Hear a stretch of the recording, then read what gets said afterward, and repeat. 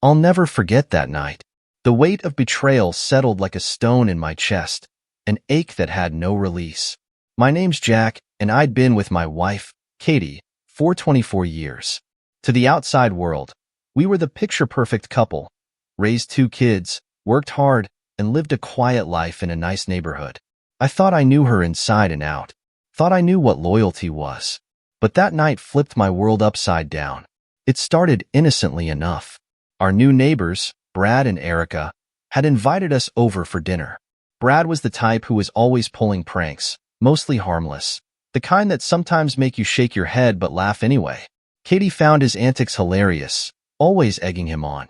I didn't mind, not at first, but over time, it got harder to ignore the way she looked at him, how they laughed together, leaning close, whispering.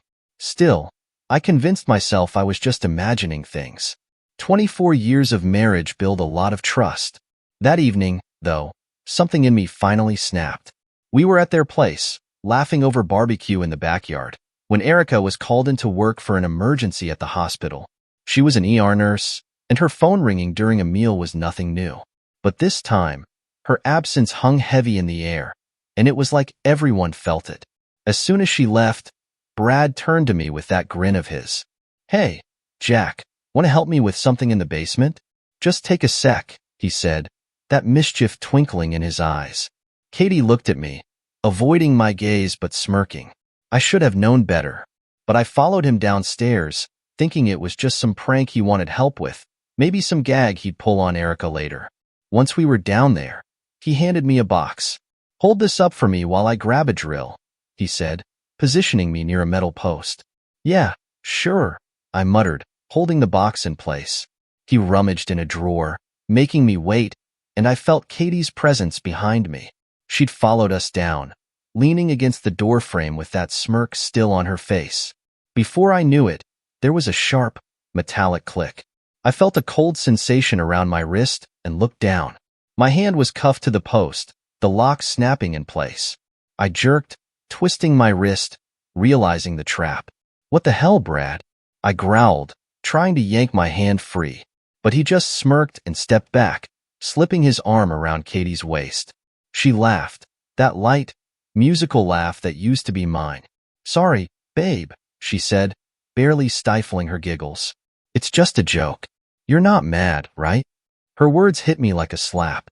She had that look in her eye, one I hadn't seen in years, not directed at me, anyway. I pulled at the cuffs, fury building with each pull. "This isn't funny, Katie," I snapped, but my voice betrayed the hurt more than I wanted it to. Brad chuckled, leaning in to kiss her right in front of me. His lips brushed her neck, and she tilted her head back, laughing again, ignoring my stare, my shock, the utter disbelief radiating from me. They started up the stairs, leaving me cuffed in the dim basement. "Oh, come on, lighten up, Jack," she called back as they disappeared into the darkness above. "You know it's all in fun." The basement door clicked shut, and I could hear them laughing as they moved up the stairs. Then, the sound shifted, muffled voices, the distinct creak of footsteps, and then the unmistakable sound of a door closing upstairs. My stomach turned, and dread clawed its way into my mind. An image I didn't want to believe flashing through my head. I pulled harder at the cuffs, the metal biting into my wrist, my skin raw and red. I felt my blood pulsing fast, hotter with every passing second. Upstairs, the faint murmur of voices mixed with hushed laughter, but there was another sound, one that I couldn't ignore. The bed, the damned bed creaking overhead. With everything in me, I yanked at the cuffs, fighting the rage, the humiliation, and the betrayal. It was like I was back in college, the raw feeling of being out of control, but this time, it was the woman I'd spent my life with, the mother of my kids, the woman who'd stood by me through every trial and joy, up there with another man. I could hear them moving, laughing, the sound of clothing rustling. And me, a damn fool, trapped like an animal, forced to listen. My heart hammered against my ribcage as I slumped against the cold metal post, powerless and fuming. The sound of her laughter echoing in my mind as I sat helpless, alone in the dark. I don't know how long I stayed there, half slumped against that cold, damp post, the cuffs biting into my skin. Minutes? Hours? It felt like an eternity. My thoughts raced in circles, disbelief blending with anger, my mind refusing to accept what was happening. The sounds from above had faded, leaving a suffocating silence that seemed even worse. I tested the cuffs again, yanking until my wrist throbbed. I tried twisting my hand, angling it to slip free, but it was no use. Brad knew exactly what he was doing when he clamped me in. The guy might be a jokester, but he wasn't sloppy. My chest heaved as frustration overwhelmed me, a low growl slipping past my clenched teeth. Then I heard footsteps. My ears strained, listening as they neared the basement door. My heart pounded harder with every step. Maybe this was it. Maybe they were coming to set me free, finally realizing the sick joke had gone too far. The door creaked open, and Katie appeared at the top of the stairs, silhouetted by the faint glow from the kitchen. She stood there for a moment, her eyes catching the light, a faint smile playing on her lips. But she didn't come down. Instead, she leaned against the doorframe, crossing her arms as she looked at me, like I was some pathetic animal caught in a trap. "Enjoying yourself down there, Jack?" she called, her voice laced with something I hadn't heard before. Something dark, almost mocking. "Get these damn cuffs off me, Katie." I spat, my voice rough and cracking from the rage. "You've had your laugh, all right? It's over." She shook her head, her expression a twisted mix of amusement and pity. "Oh, Jack, come on. You take things way too seriously. Maybe it's why Brad thought you needed to loosen up." "Loosen up?" I growled, barely able to contain the anger. "Is that what this is about? Humiliating me like this?" I shook the cuffs again, the metal scraping my wrist raw. She rolled her eyes and sighed, taking a slow step down. "No, Jack, it's about you never seeing what's right in front of you." Her voice softened, but it wasn't the tone I remembered. It was colder, calculated. "You're so predictable. So boring." The words sliced through me like a knife. Boring? Predictable? All these years, working myself to the bone to give us a stable life, to be a dependable husband, and now I was boring? I gritted my teeth, swallowing the bitterness rising in my throat. "And Brad's your idea of excitement, huh?" I shot back, the venom in my voice surprising even me. Katie didn't flinch. In fact, her smirk grew wider. "Maybe he is," she said, her voice a low, mocking whisper. "Maybe I need someone who doesn't treat me like furniture." That was it. All the trust, the love, the loyalty. I felt it unraveling, slipping away with every word she spoke. Katie took a step closer, her face just a few inches from mine, and for the first time, I saw her, really saw her, in a way I never had before. Her gaze was cold, almost detached, as if she was staring at a stranger. I was about to respond when I heard another set of footsteps on the stairs. Brad appeared, grinning, his arm draped over the railing. He looked from me to Katie, amusement glinting in his eyes. "Everything good down here?" he asked, like we were all old friends meeting for coffee instead of what this really was. Him watching a man trapped, powerless, while he moved in on his wife. Katie turned to Brad, her hand brushing his arm in that familiar, casual way. They didn't care anymore, not even a little. I was a witness to my own betrayal, a bystander in the worst moment of my life. I swallowed hard, the bitterness clawing at my throat. "You think this is some kind of joke, Brad? That locking me up like this, stealing my wife, is funny?" Brad just shrugged, his grin unwavering. "Maybe. Depends on your perspective, I guess." He glanced at Katie, who laughed softly, as if they shared some inside joke I'd never understand. "You're sick," I muttered, bile rising in my throat. But they weren't even listening. They were too busy gazing at each other, their hands grazing in small, subtle touches that twisted the knife deeper into my heart. Finally, Katie turned back to me, sighing like she'd grown tired of the game. "All right, Jack. Maybe it's time we let you loose." Her voice held a faint, mocking lilt as she dug into her pocket, pulling out a small silver key. She held it up, letting it dangle, taunting me with it. "Hand it over," I said through gritted teeth, my voice barely above a whisper. She stepped closer, but just as I reached out, She tossed it over her shoulder. It landed somewhere near the furnace with a metallic clink, and both of them burst into laughter, their voices ringing through the basement as I sat there, feeling utterly humiliated, rage building until I could barely see straight. Brad and Katie turned to leave, still laughing, and the door closed behind them with a final, mocking click. I was left alone again, the laughter echoing in my ears as I slumped against the post, fighting the urge to scream, to break free, to rip this entire nightmare apart. But there was nothing I could do. Nothing except sit there, feeling the darkness closing in, knowing I just lost everything I'd ever thought was mine. I don't know how long I was down there, my mind bouncing between fury and despair. My hands were throbbing from pulling at the cuffs, and my shoulders ached from being bound to that damned metal post. Every passing minute made me feel more like a fool. My wife and a man I thought was a friend, laughing at my expense. How had I missed the signs? The long looks, the quiet laughter when they thought I wasn't listening? Then I heard the faint, familiar hum of an engine outside, and a sliver of hope slid into my heart. I recognized it, the sound of Erica's car pulling into the driveway. She was back from her shift. I listened hard, waiting, almost holding my breath, hoping she'd come inside and free me, that I could finally confront Brad and Katie, throw their sick little game right back in their faces. I shifted, listening intently. A few moments later, I heard Erica's footsteps at the front door, her keys jingling, the door creaking open. The muffled voices of Katie and Brad reached me from the living room above. The anticipation tightened in my chest. Surely, they'd scramble to cover up their little act, right?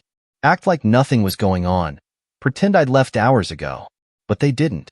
Instead, Katie laughed, a high, careless sound that sent a shiver down my spine. I heard her say something to Erica, her tone light, carefree, like she was catching up with an old friend. And Erica responded, laughing softly, as if nothing unusual was going on. My heart sank. Were they all in on this? I strained to listen as Erica moved around upstairs, setting her things down and chatting with Katie and Brad as if nothing was wrong.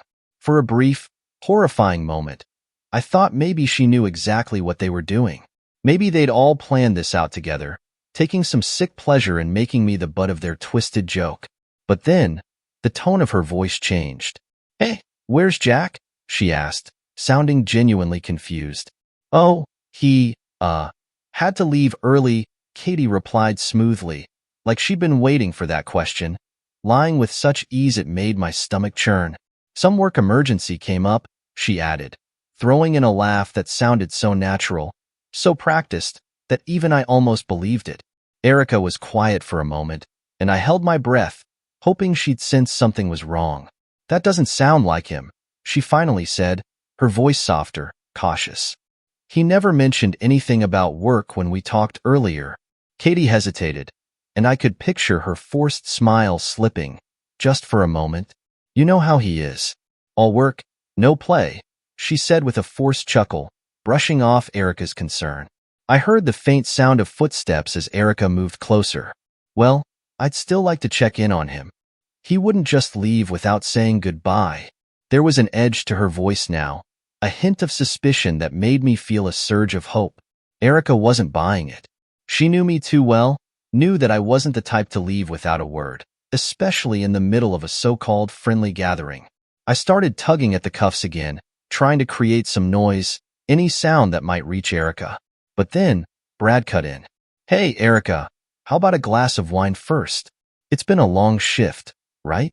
You deserve a little break." His voice was calm, persuasive, as he tried to steer her attention away from me. I clenched my teeth, the frustration bubbling over. I needed her to hear me, to come down here and find me, but Brad's distraction was working. I heard her hesitate, and I knew she was weighing it over in her mind, probably imagining a quick glass before she'd look around for me. Finally, after a long pause, she relented. "All right, just one glass," she said, her tone lightening. "But after that, I'm calling him." I slumped against the pole, feeling the last of my hope slipping away. I couldn't help but wonder how long they could keep her occupied, how long they'd be able to fool her into thinking I'd simply left. And as minutes passed, I realized just how well Brad and Katie had planned this. They weren't improvising. They had this whole twisted game mapped out. I heard Erica's soft laughter mingling with theirs, and my mind went blank with rage. The idea that she could be up there, smiling and relaxing with them, while I sat here, trapped like an animal, made my blood boil. But more than the anger, there was a gnawing sense of betrayal. Katie had used her charm, her wit, everything that used to make me love her, to turn this night into a hellish, elaborate trap. I closed my eyes, breathing deeply, fighting to keep myself calm. If I ever got out of here, I'd make sure this wouldn't end with just harsh words. I'd make them both regret this, regret thinking they could tear apart my life for the sake of a twisted laugh. The basement was silent now, the muffled sounds of their laughter fading into the background as I planned what I'd do the second I got free. And in that silence, a new resolve took hold. They might think I was weak, that I was a fool, but they'd soon find out just how wrong they were. I lost track of time, counting every muffled laugh, every clink of glasses echoing from upstairs. My wrist was raw, chafed red by the handcuff, but I couldn't bring myself to stop struggling. I wasn't going to just sit there, waiting for them to stroll back down and laugh in my face again. If Erica wouldn't come down here, I'd find a way to free myself, one way or another. Then, something changed. I heard footsteps upstairs again, heavier, more purposeful. My heart skipped. Erica was moving around, her voice lifting in irritation. "I don't get it," she was saying. "Jack wouldn't just leave without saying anything." "Erica, relax," Katie replied, her voice dismissive, too casual, too rehearsed. I could almost see her tossing her hair, that fake smile plastered on her face. "He's probably back at home. Maybe he left you a message. You know how he gets about his work." Erica's tone sharpened, a hint of suspicion breaking through. "Then I'll call him. I've got his number right here." For a split second, a grin cracked my face. Erica was finally putting the pieces together. But then I heard Brad's voice, calm and smooth as ever, sliding in to pull her attention back. "Tell you what, why don't I give him a call for you? He might be busy with something important, and I wouldn't want you to stress over it." I heard the soft hum of Erica's phone being lifted, followed by Brad's quick movements. I tensed, realizing he was stalling, scrambling to control the situation before it slipped out of his hands. And for the first time, I saw it all clearly. He was scared. Maybe not of me, but scared of being found out, scared of losing his careful image, of losing everything he tried to build with Katie by his side. I yanked on the handcuff again, feeling a new rush of determination. I wasn't going to wait any longer. I pressed my wrist against the cold metal of the post, twisting until I could feel the bone pressing hard against the unyielding steel. Pain shot up my arm, but I welcomed it. I would do whatever it took to get free and stop this insanity. Upstairs, the voices continued, with Erica's tone growing sharper. "Enough, Brad," she said, her patience fraying. "Give me back my phone. If you don't, I'll walk out and find him myself." There was a pause, thick and tense. I imagined Brad's face, that carefully crafted smile slipping as he realized his smooth-talking ways weren't going to cut it anymore. And in that pause, I found a flash of strength. The edge of my cuff scraped against a jagged bit of metal sticking out of the pipe. It wasn't much, but if I could just saw through it, just work at it long enough, I might have a chance. I rubbed the metal against the cuff, grinding it in slow, steady motions, careful not to make too much noise. My wrist burned, the skin torn and raw, but the pain was fuel, driving me forward. Erica was my only chance now, and if I could just get free, I'd make sure Brad and Katie faced every ounce of the humiliation they tried to throw at me. Then, finally, Erica's voice rang out clearly from the top of the stairs. "Jack?" she called, her tone a mix of concern and doubt. She hesitated, and for a heartbeat, everything went silent. I banged the cuff hard against the post, making as much noise as I could, the sound echoing up the stairs. I heard her footsteps quicken, moving closer to the basement door. "Jack, is that you?" she called again, her voice more urgent now. I didn't stop, slamming the cuff against the post repeatedly, desperate for her to come closer, to find me. My wrist throbbed, blood trickling down, but I ignored it, pushing through the pain. Erica's footsteps grew louder, and finally, the door creaked open. "Jack," she called, her voice catching as she took in the sight of me, handcuffed to the pole, bruised and disheveled.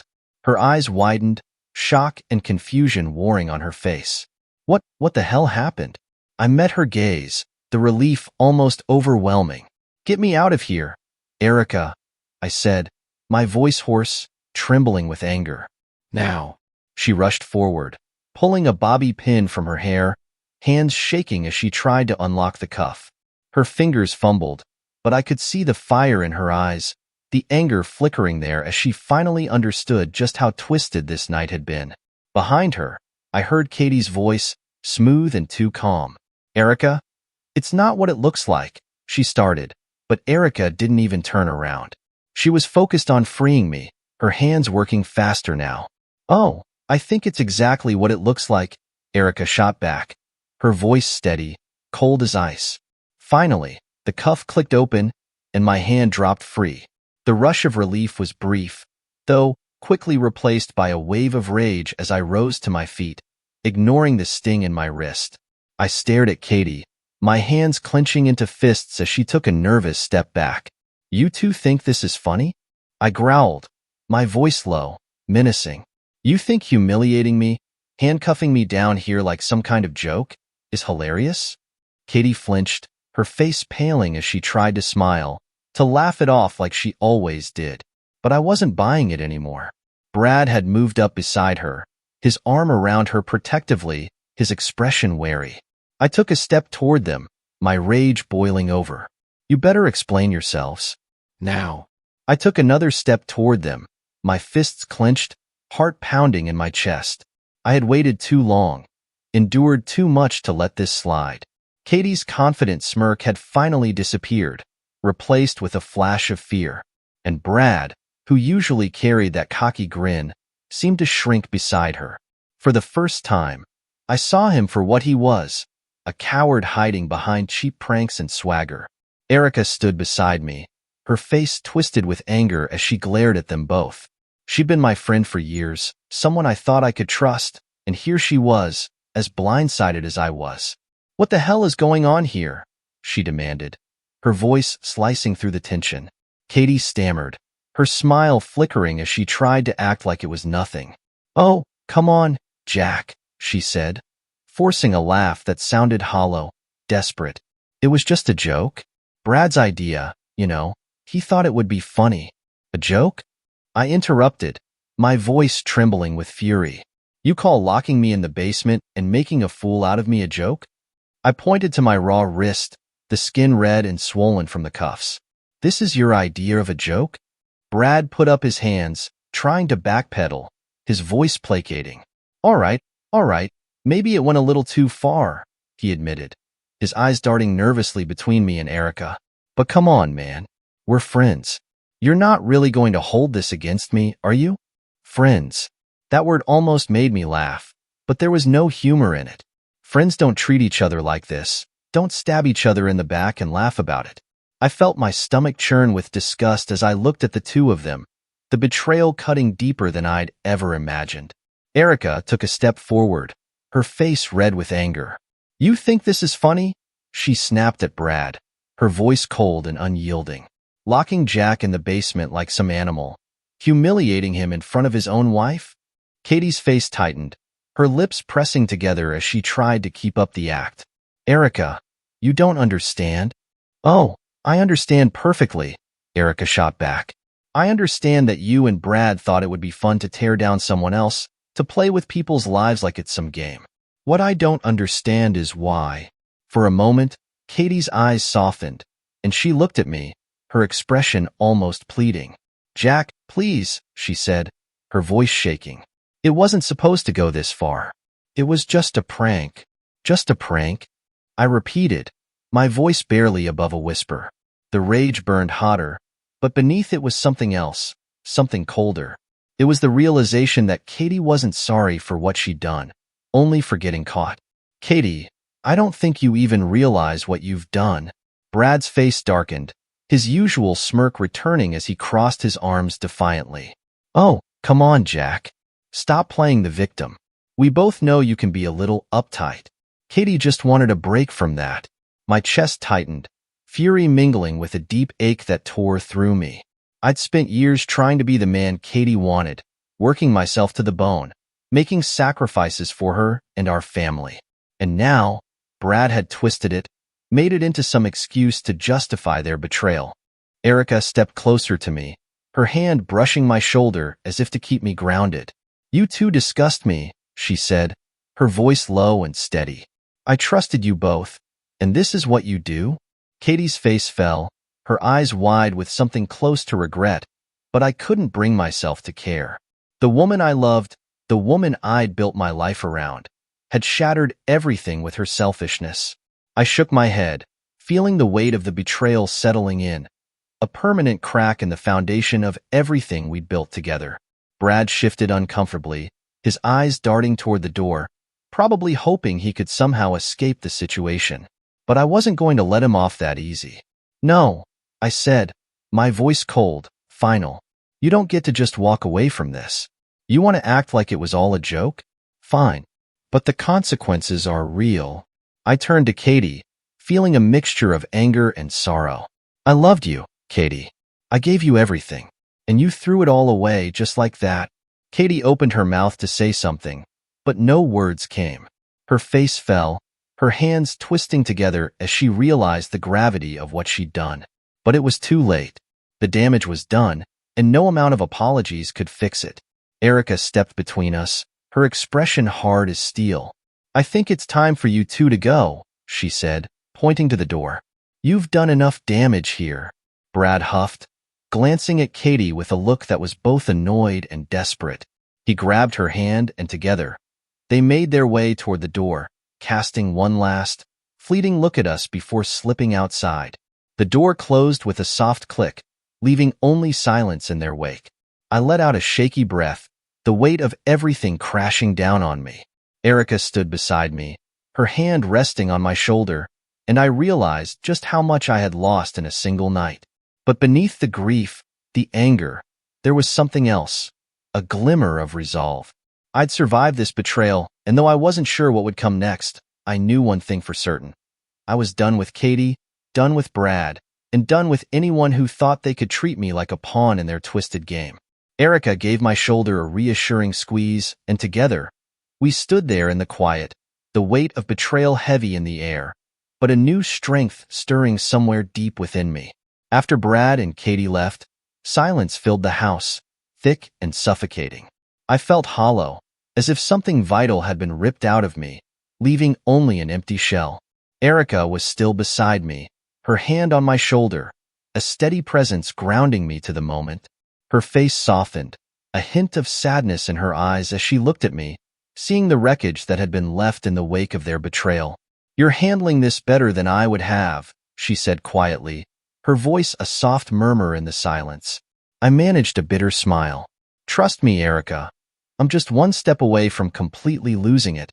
My voice cracked, the pain raw and exposed. 24 years, all for nothing. And for what? A stupid, sick joke?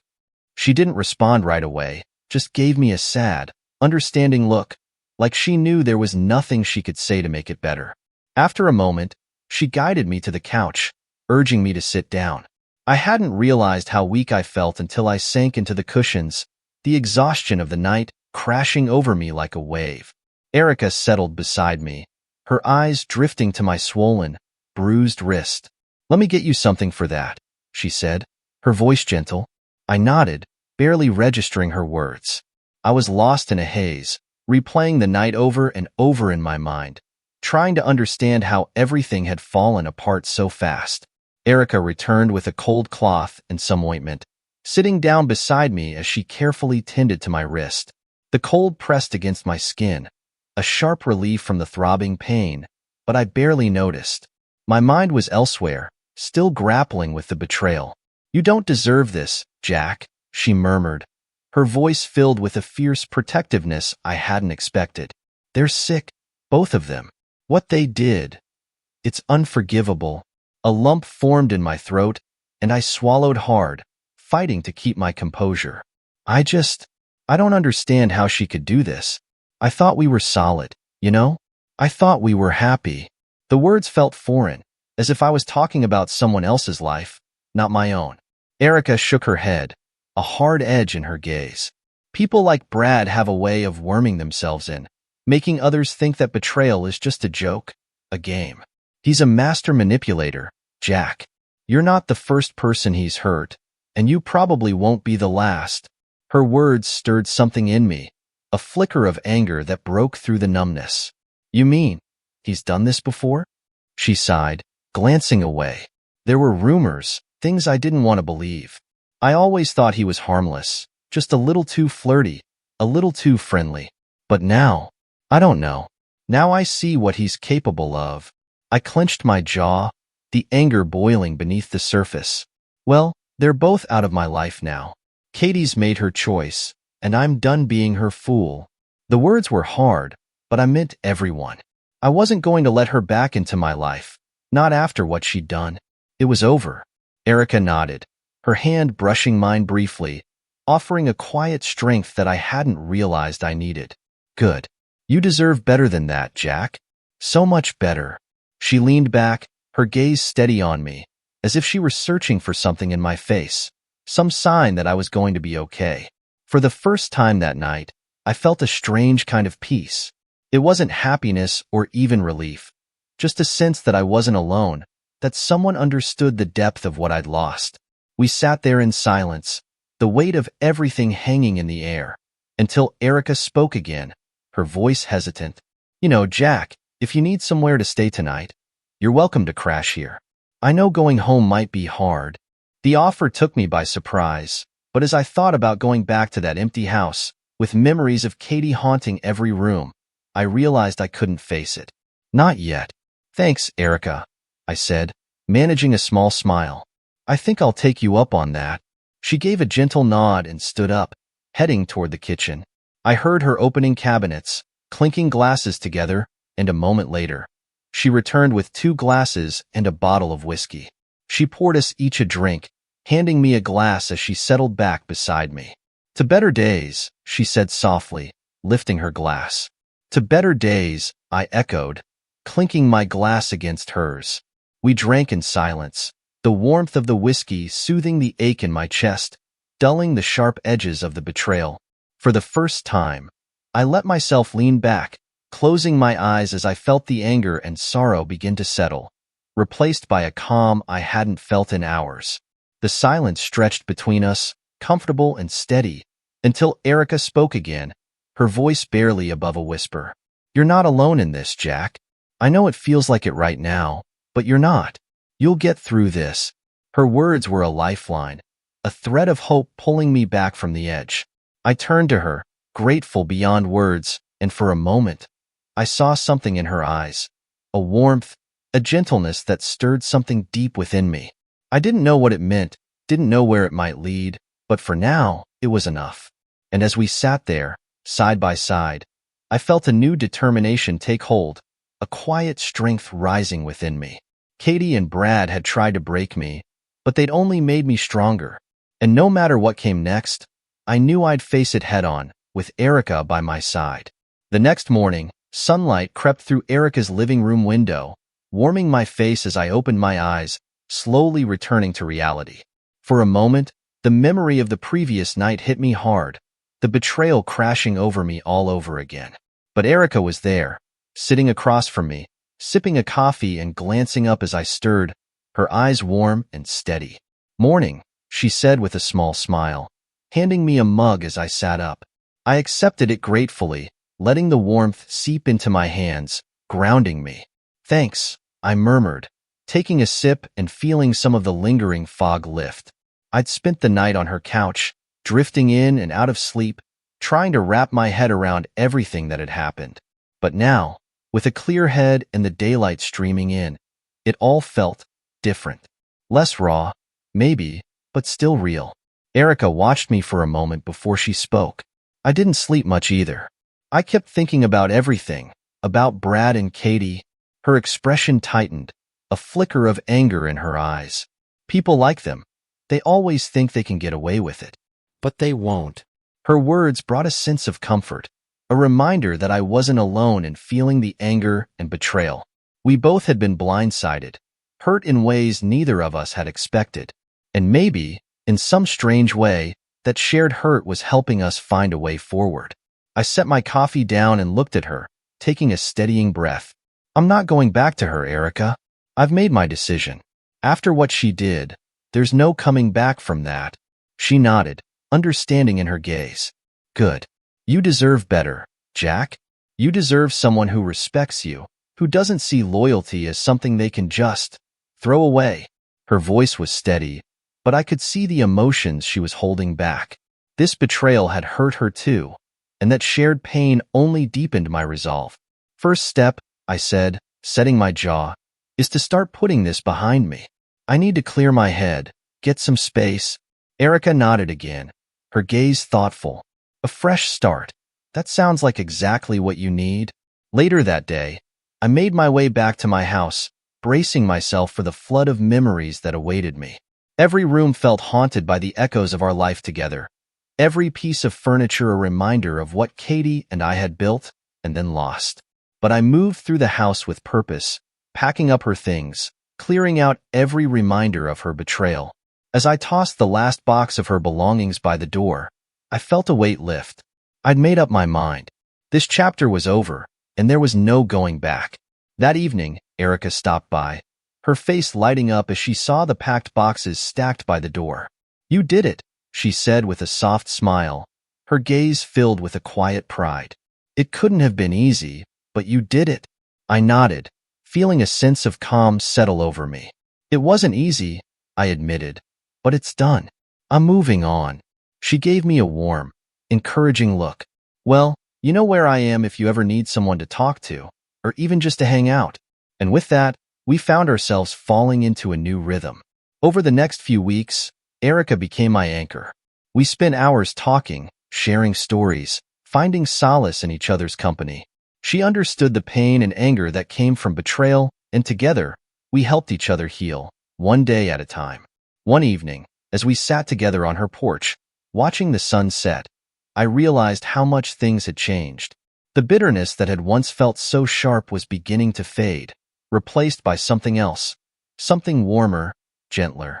I looked over at Erica, her face bathed in the soft glow of the setting sun, and felt a strange, unexpected peace. You know, I said, breaking the silence, I never thought I'd get past this. Never thought I'd be able to look at all of this and feel okay.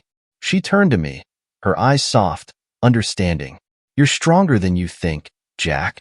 You've been through hell, but you made it through. And well, I'm glad I could be here for you.